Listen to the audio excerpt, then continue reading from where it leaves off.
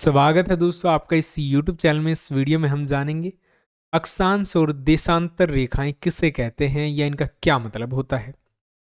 अक्षांश और देशांतर रेखाएं पृथ्वी की सतह पर किसी भी स्थान को ढूंढने के लिए उपयोग की जाने वाली काल्पनिक रेखाएं होती हैं।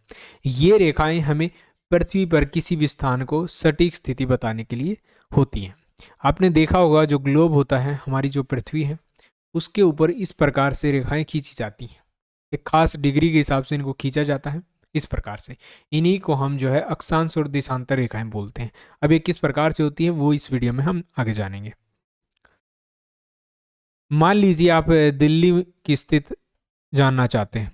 एक मानचित्र पर दिल्ली का अक्षांश और देशांतर दिया गया है, जैसे 28 डिग्री उत्तर और 77 डिग्री पूर्व। इसका मतलब है कि दिल्ली जो है भूमध्य रेखा, जो बीच वाली रेखा है, उसके उत्तर में ऊपर की ओर 28 डिग्री और प्रधान मध्यमा रेखा यानी कि जो इस साइड वाली खड़ी रेखा होती है, इसके जो है 77 डिग्री पर स्थित है।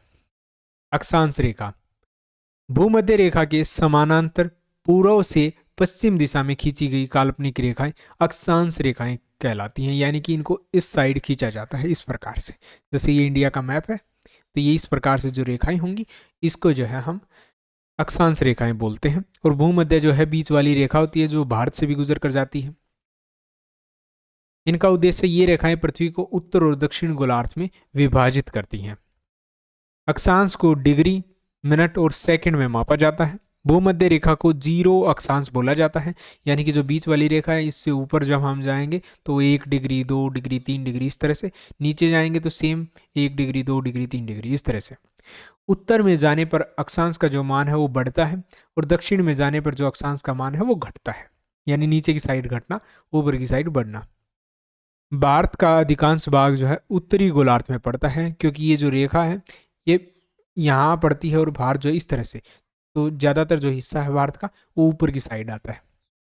देशांतर रेखाओं की अगर बात करें तो उत्तर से दक्षिण दिशा में खींची गई काल्पनिक रेखाएं होती हैं, यानी कि ये भारत है और इस प्रकार से जो रेखाएं खींची जाती हैं उसको देशांतर रेखाएं बोला जाता है।